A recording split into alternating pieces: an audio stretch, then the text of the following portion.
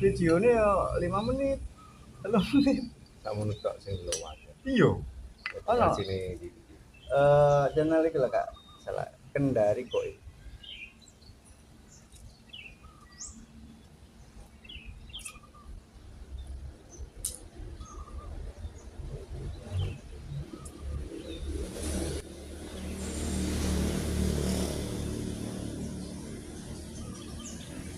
ya ini kan gak ngerti kodam. Nah itu penjelasannya kodam itu Iku tadi penjelasan gampang itu mah perewangan. Kodam itu perewangan dari bangsa jin, siluman, terus ada juga yang dari bangsa buto ijo, buto, jenglot. Itu biasanya digunakan sama orang-orang kayak dukun karena dia kan kerjanya seperti itu. Jadi yo boleh perewangan sing jin-jin kafir. Kalau golongan kebanyakan dari golongan kayak orang muslim yang kayak ustadz kiai, ada yang punya ilmu hikmah karohmah, jadi tidak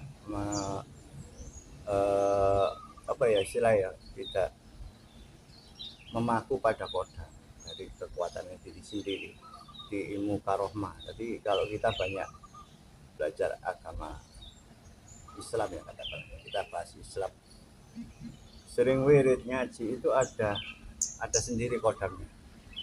Kodam istilahnya kodam Al-Fatihah. Kodamnya itu tidak berupa wujud tapi berupa sinar. Nah itu bisa digunakan untuk menyembuhkan orang atau ruqyah.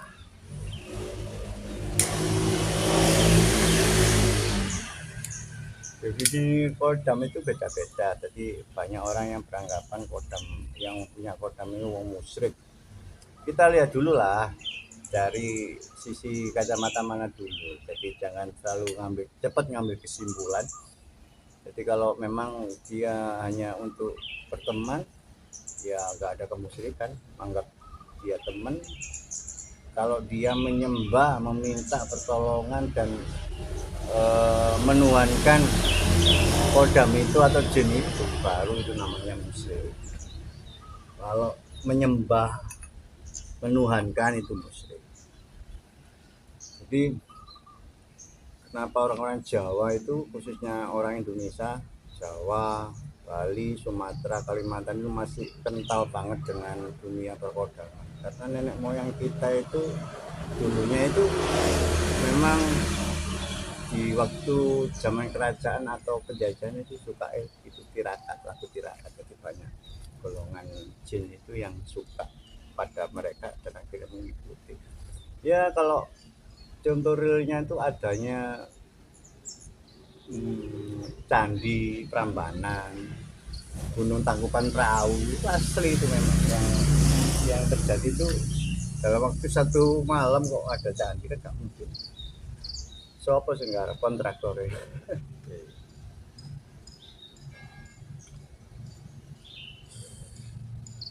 Ya, memang kalau bedanya kalau di daerah Amerika, Eropa itu mereka tidak percaya adanya jin, setan.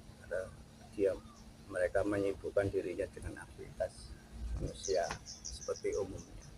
Jadi untuk spiritual itu mereka tidak percaya kalau di Amerika. Dan di situ segmennya kalau kita lihat di YouTube penampakan atau serangan dari jin yang ada di Amerika itu lebih ekstrim.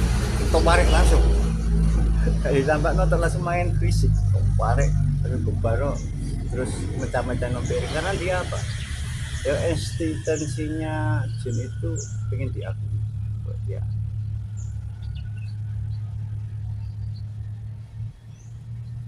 Di Al-Qur'annya ono surat Ad-Jin itu ya ada. Tolol kalau nggak percaya dengan jin.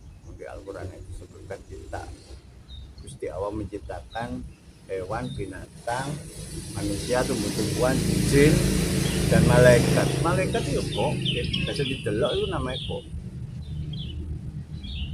Nah, definisi malaikat sama jin kok nggak bisa kelihatan sama orang itu tingkat astranya yang berbeda. Jin itu belum tentu bisa melihat malaikat karena tingkat astranya kelembutannya itu lebih lembut lagi. Yang bisa melihat malaikat itu cuma Rasulullah, Nabi. Di lain itu ya mungkin bisa kalau Tuhan mengizinkan ya. Kalau balik mana Tuhan mengizinkan. Nggak apa yang nggak mungkin dari seorang manusia biasa. Kalau Tuhan mengizinkan, orang ini mempunyai anugerah penglihatan dapat lihat malaikat itu nggak ada yang mustahil. Kalau Tuhan mengizinkan nggak ada yang mustahil. Kalau ada seorang temen itu ngomong kalau kita bisa melihat jin itu orang sakit. Nah, sakitnya gimana? Dan dia penjelasannya bisa ngomong gitu, itu argumennya dari mana, ilmunya dari mana kan kita nggak tahu. Kalau kita asal bicara begitu itu kan nggak ada puisinya, jadi ngapain juga ngurusi hal seperti itu.